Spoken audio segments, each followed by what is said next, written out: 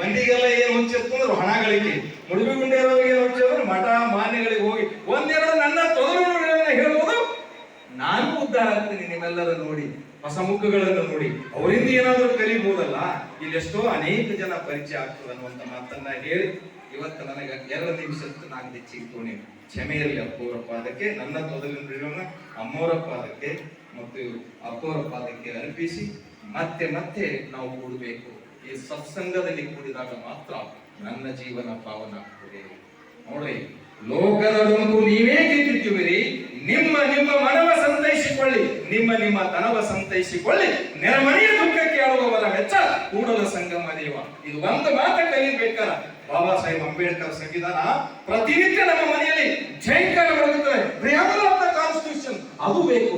ಸಮಾನತೆ, ಮಾತೃತ್ವ, ಎಲ್ಲರೂ ನನ್ನವರು ಅಪ್ಪಿಕೊಳ್ಳುವಂತಹ ಸಂಸ್ಕೃತಿ. 770 ಅಮರಗಣಗಳು, ಶಿವಶರಣೆಯರು, ಅಕ್ಕ ಮಹಾದೇವಿ ಬೆಟ್ಟದ ಮೇಲೊಂದು ಮನೆ ಮಾಡಿ ಮೃಗಗಳಿಗೆ ಒಂದು ಸುಮ್ ಮಗುವಿಗೆ ಏನಾದ್ರು ಆದ್ರೆ ಬೇಕಾದ್ರೆ SSLC ರಿಸಲ್ಟ್ ಅದಕ್ಕ ಹೋಗಿ ಊರ್ಲಾಕ ಸಾಯ್ತು. ಯಾಕೆ ನಂಬರ್ ಕಡಿತು ತಾಳಿ ಮೊಬೈಲ್ ಇಸ್ಕೊಟ್ಟಿಲ್ಲ ಹೂ ಸಾಯ್ತು. ಮೊಬೈಲ್ ಬೇಕಾ? ಮೊಬೈಲ್ ಕೊಡ್ರ, ನಿನ್ ಜೀವನ ನೋಡ್ಬೇಕು. ಇಂಥ ಪರಿಸ್ಥಿತಿ ಬೆಟ್ಟದ ಮೇಲೆ ಮನೆ ಮಾಡಿ ಅಕ್ಕ ಹೇಳ್ತಾಳ, ಮೊದಲ ಕವಿಯತ್ರಿ ಅಕ್ಕ ಮಾಧವಿ, ವಚನಗಾರ್ತಿ, ನಾವೆಲ್ಲರಿಗೆ ಸ್ಫೂರ್ತಿದಾಯಕ ಮಹಿಳೆ.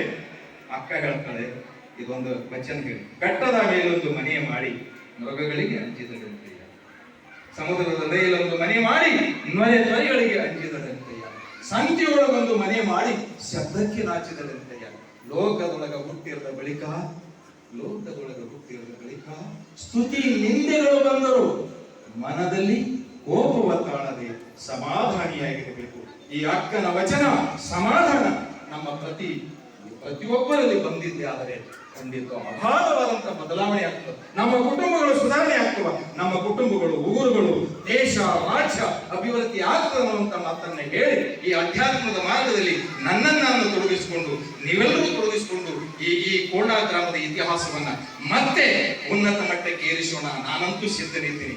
ಇನ್ನ 2 ವರ್ಷದ ಸರ್ವಿಸ್, ಇನ್ನ 2 ವರ್ಷ ಸರ್ವಿಸ್ನಾಗ ಮುಗಿಸಿದ್ರು ಸಹಿತ ಈ ಊರಿನ ಬಗ್ಗೆ ಅಭಿಮಾನ ಇಟ್ಕೊಂಡು ಮತ್ತೆ ಮತ್ತೆ ಈ ಊರಿನ ಇತಿಹಾಸವನ್ನ ರಾಜ್ಯ ಮಟ್ಟಕ್ಕೆ ಒಯ್ತೀನಿ ಅನ್ನುವಂತ ಮಾತನ್ನ ಹೇಳಿ ನಿಮ್ಮೆಲ್ಲರಿಗೂ ಹಾಯಲ್ಲ ಶರಣ.